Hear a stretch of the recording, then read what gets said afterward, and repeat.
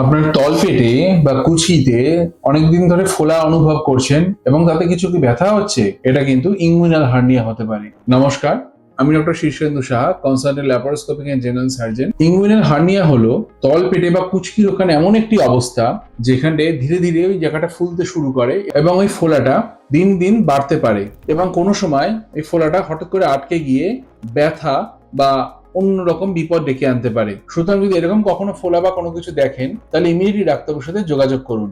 কাদের এই ফোলাগুলো হওয়ার বেশি চান্স থাকে? যারা অনেকক্ষণ ধরে দাঁড়িয়ে থাকেন, ভারী কাজ করতে হয়, বা আগে কোনো পেটের কোথাও কোনো অপারেশন হয়েছে, যে পেটের মাসেল গুলো উইক হয়ে পড়েছে, এইগুলোর ক্ষেত্রে এই ফোলা বা এই হার্নিয়া গুলো দেখা দেয়। তার মধ্যে সব থেকে বেশি পুরুষদের মধ্যে এই ইঙ্গুইনাল হার্নিয়াটা প্রবণতাটা সব থেকে বেশি। সিমটম কি কি সিমটম নিয়ে পেশেন্ট আমার কাছে আসতে পারে? কুচকিতে হয় ফোলা হতে পারে এবং ফোলাটা দিন দিন বাড়ে এবং ফোলাতে কখনো ব্যথাও হতে পারে। অনেক সময় কাশি দিলে এই ফোলাটা আরো বেড়ে যায় এবং শুলে অনেক সময় এই ফোলাটা কমে যায়। সুতরাং আপনার এই যখনই এরকম কোনো ফোলা বা হার্নিয়া দেখা দিচ্ছে, ইমিডিয়েটলি ডাক্তারের সাথে যোগাযোগ করুন।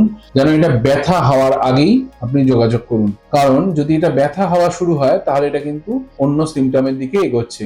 জেনারেলি যখন এই হার্নিয়া আরো বাড়ে বা ব্যথা হওয়া শুরু হয়, দুটো ব্যাপার হতে পারে, একটা অবস্ট্রাক্টেড হার্নিয়া, একটা স্ট্র্যাঙ্গুলেটেড হার্নিয়া। অবস্ট্রাক্টেড মানে আপনার হার্নিয়া আটকে গেছে এবং জায়গাটা খুব বেশি রকম ভাবে ফুলে আছে এবং ওই হার্নিয়াটা কমছে না। আর স্ট্র্যাঙ্গুলেটেড হার্নিয়া, যে হার্নিয়ার একটা অংশ খাদ্যনালী আটকে গিয়ে সেটা পচে গেছে, সেটাকে আর বাঁচানো সম্ভব না, সেক্ষেত্রে অপারেশন করতে হতে পারে এবং ওই খাদ্যনালী কেটে বাদ দিতে হতে পারে। এটা হলো হার্নিয়ার একটা কমপ্লিকেশন হওয়ার আগে ইমিডিয়েটলি আপনার ডাক্তারবাবুর সাথে যোগাযোগ করুন যদি উপরের সিমটম গুলো দেখতে পারেন। আপনাদের একটা সত্যি ঘটনা বলি। আমার কাছে একটা পেশেন্ট 1 বছর আগে একবার দেখিয়ে গেছিল। তার একটা ছোট্ট হার্নিয়া ছিল। আমি তাকে বলে দিয়েছিলাম যে অপারেশনটা করুন, কিন্তু সে ভেবেছিল ছোট একটি হার্নিয়া, থাক কদিন একটু দেখি।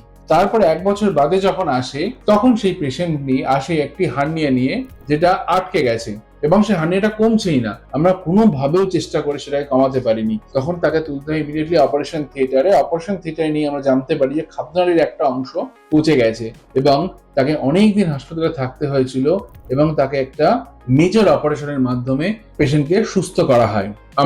আমরা ডায়াগনোসিস করব কি করে? হার্নিয়া, ইঙ্গুইনাল হার্নিয়া থাকলে মেইনলি আমরা ক্লিনিক্যাল এক্সামিনেশনের মাধ্যমে আমরা ইজিলি বুঝতে পারি। এছাড়াও যদি আমাদের কোনো ডাউট থাকে যেটা হার্নিয়া না অন্য কোনো কিছু, সেক্ষেত্রে আমরা ইউএসজি বা আলট্রাসোনোগ্রাফি করা হয়, বা যদি কোনো কমপ্লিকেটেড হার্নিয়া থাকলো সেক্ষেত্রে সিটি স্ক্যান করা হতে পারে। সিসিটি হোল অ্যাবডোমেন হলো একদম গোল্ড স্ট্যান্ডার্ড মেথড। এবার আসি আমরা ট্রিটমেন্ট কিভাবে করা যেতে পারে? হার্নিয়া জেনারেলি যদি একদম ইনিশিয়াল স্টেজে থাকে, যে খুবই ছোট হার্নিয়া, তাহলে আমরা ইনিশিয়ালি কনজারভেটিভ ম্যানেজমেন্ট বা কিছু এক্সারসাইজের মাধ্যমে পেশেন্টকে বলি যে আপনি এইগুলো করুন, এবং সেক্ষেত্রে কিন্তু অবশ্যই মনে রাখবেন যে রেগুলারলি ফলো আপ করবেন, কারণ কখন হার্নিয়া বড় হচ্ছে বা কোনো সময় আটকে যেতে পারে সেটা আপনি বুঝতে পারবেন না, কিন্তু আপনার ডাক্তারবাবু কিছু সিমটম দিয়ে বুঝতে পারবেন। সুতরাং যদি ডাক্তারবাবু কখনো আপনাকে কনজারভেটিভ ম্যানেজমেন্টের কথা বলেন, একটা নির্দিষ্ট সময় বাদে বাদে ডাক্তারবাবুকে অবশ্যই যোগাযোগ করবেন। Generally gold standard treatment of hernia হলো অপারেশন। আজকালকার দিনে ল্যাপারোস্কোপি বা মাইক্রোসার্জারির মাধ্যমে এই হার্নিয়ার অপারেশন করা যায়।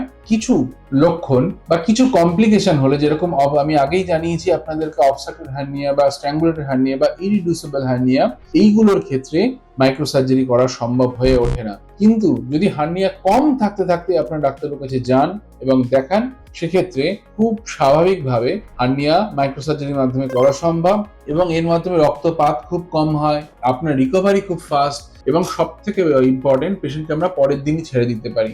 আমার যে কজন পেশেন্ট অপারেশন হয়েছে তাদের রেসপন্সও খুব ভালো। সুতরাং আপনার যদি কোনো রকম হার্নিয়া নিয়ে কোনো রকম কোয়ারি থাকে, নিচে কমেন্টে জানান এবং পারলেই আমার এই ভিডিওটি শেয়ার করুন এবং অন্যদের যদি কোনো রকম এইরকম প্রবলেম হয় তাদেরকে জানতে সুযোগ করে দিন। ধন্যবাদ।